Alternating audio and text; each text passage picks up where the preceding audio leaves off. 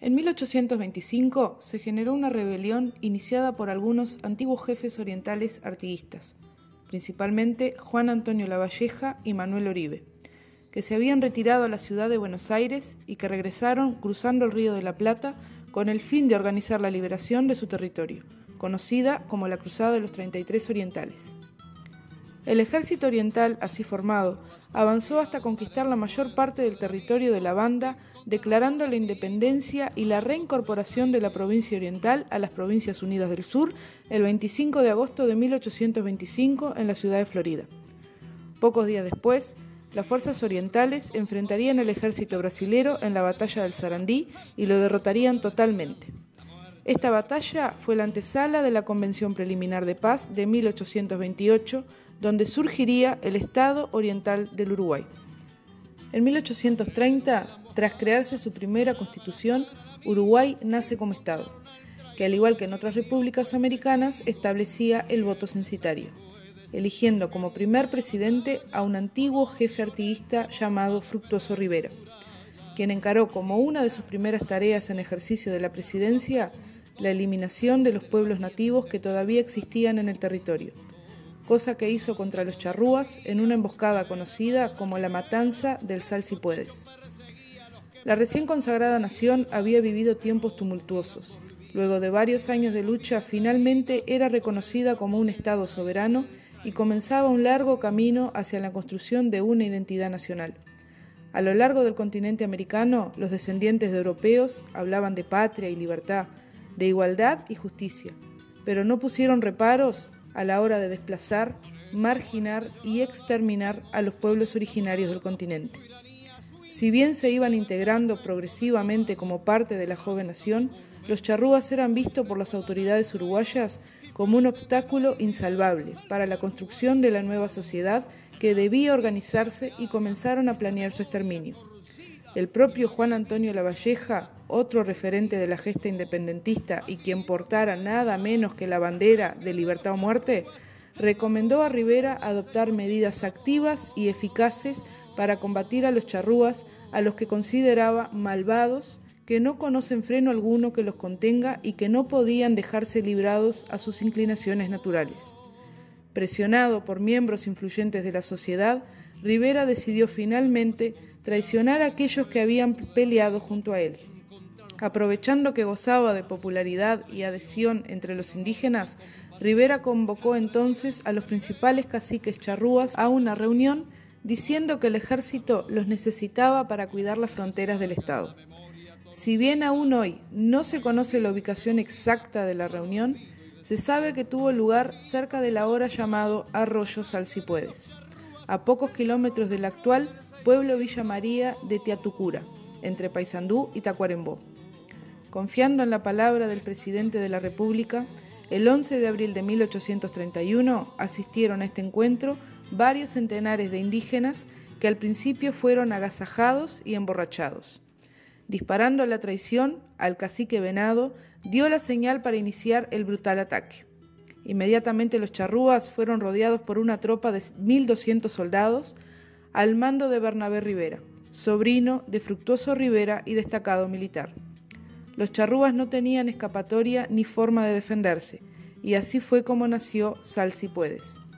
Ese día fallecieron 40 indígenas y 300 fueron hechos prisioneros, mientras que en las tropas oficialistas hubo 9 heridos y solo un fallecido. Los charrúas prisioneros, principalmente mujeres y niños, fueron obligados a caminar más de 300 kilómetros hasta Montevideo, donde fueron entregados como esclavos a distintas familias. 4 de los sobrevivientes, Baimaca Piru, Senaque, Tacuabé y Guayunusa, fueron entregados a un francés en 1833 para llevarlos a París y exhibirlos como ejemplares exóticos de América.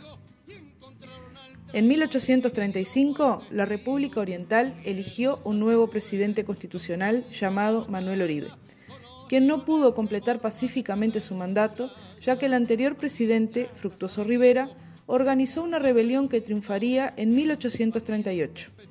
Este golpe militar sería el inicio de una larga serie de confrontaciones entre los dos bandos. Los seguidores de Rivera, que desde entonces se llamarían los Colorados, y los partidos de Oribe, que en el futuro serían denominados los blancos. Esta confrontación se incrementó en la Guerra Grande de 1843, donde los blancos, apoyados por el gobierno de Buenos Aires de Juan Manuel de Rosas y liderados por Manuel Oribe, sitiaron Montevideo, generando un gobierno paralelo en el llamado Cerrito de la Victoria, a pocos kilómetros de la ciudad vieja de Montevideo. Finalmente, en 1851 se firmó la paz, que en realidad significó la aceptación de que las fuerzas federales habían sido derrotadas, llevando a la renuncia de Juan Manuel de Rosas en el año siguiente. El fin de esta guerra implicó para el país una profunda crisis económica y una estrecha dependencia respecto de Brasil, que provocaba que la independencia y soberanía del país fuera muy inestable. En la década de 1860 se da un cambio económico considerado por muchos como revolucionario, conocido como la Revolución del Lanar.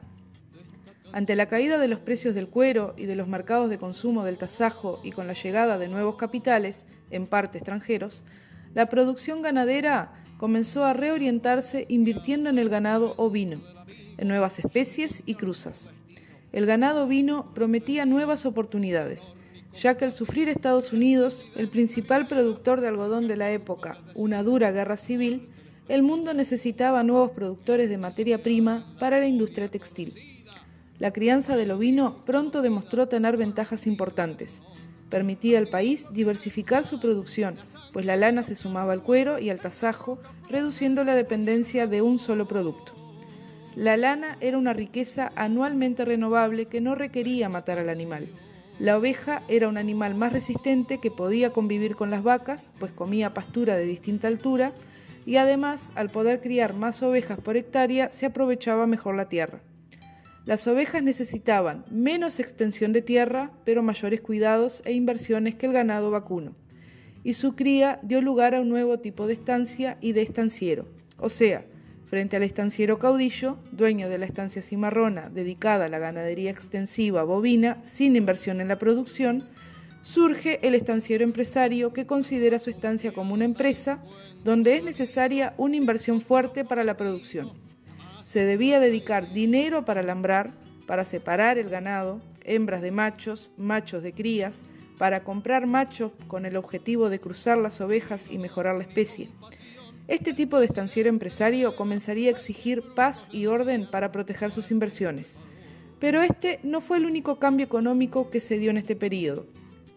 Ante la dificultad de vender tasajo y con capitales extranjeros, se instalaron fábricas de extracto de carne, dentro de la que se destaca la Livix, fundada en 1862. Además, el sector financiero creció.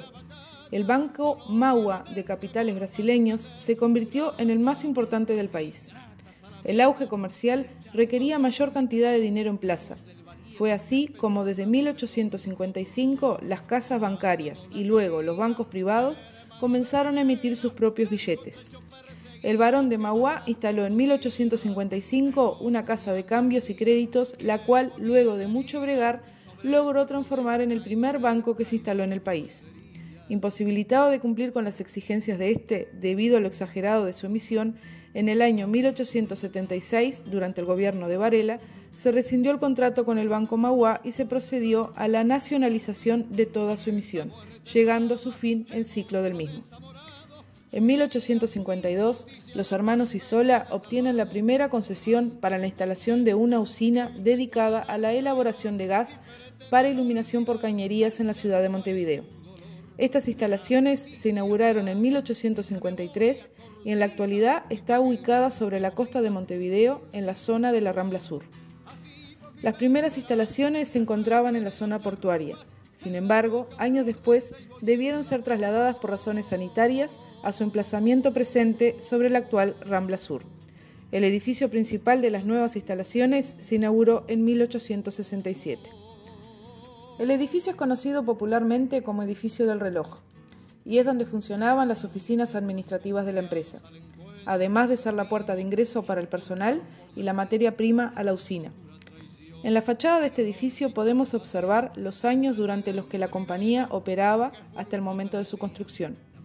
Entre las fechas podemos leer Ex Fumo Dare Lucem, que significa en latín del humo sale la luz.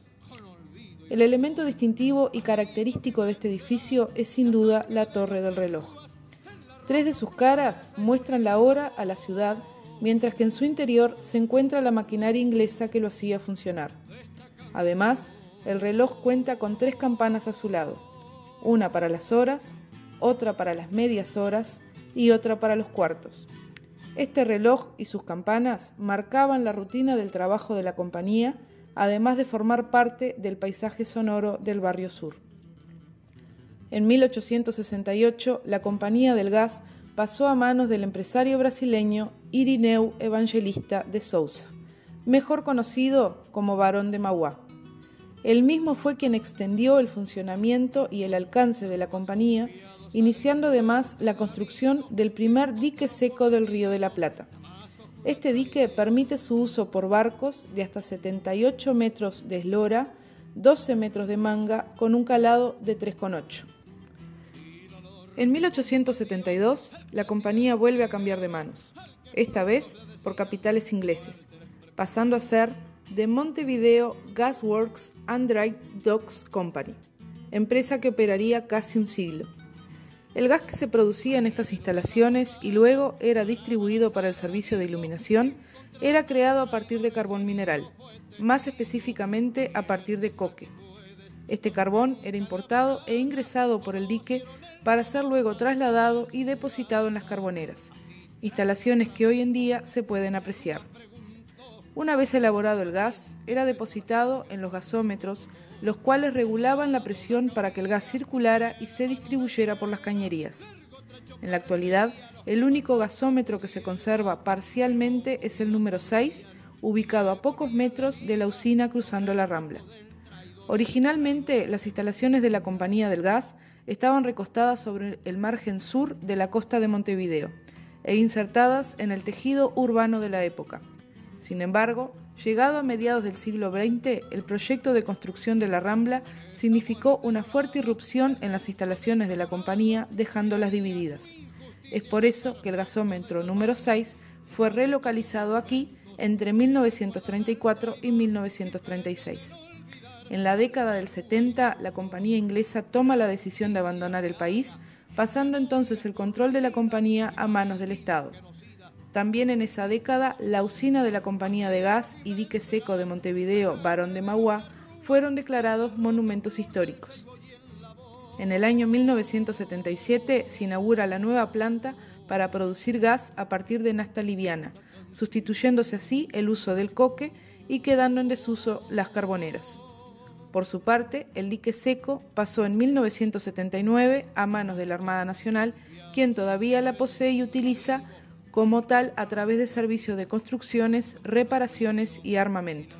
Por su parte, el gasómetro número 6 continuó funcionando hasta el año 2004, cuando empezó la llegada de gas natural al país, volviendo innecesario su uso. Lo mismo pasaría con el resto de las instalaciones de la usina, hasta quedar sin uso ni funciones. Desde entonces se han propuesto y manejado diferentes proyectos para estos dos predios, como por ejemplo un centro cultural, un museo del tiempo, una sede de la universidad, un puerto de pasajeros, entre otros. Los años pasaron, pero ninguno de esos proyectos se concretó, dejando este desgastado vestigio del pasado a la espera.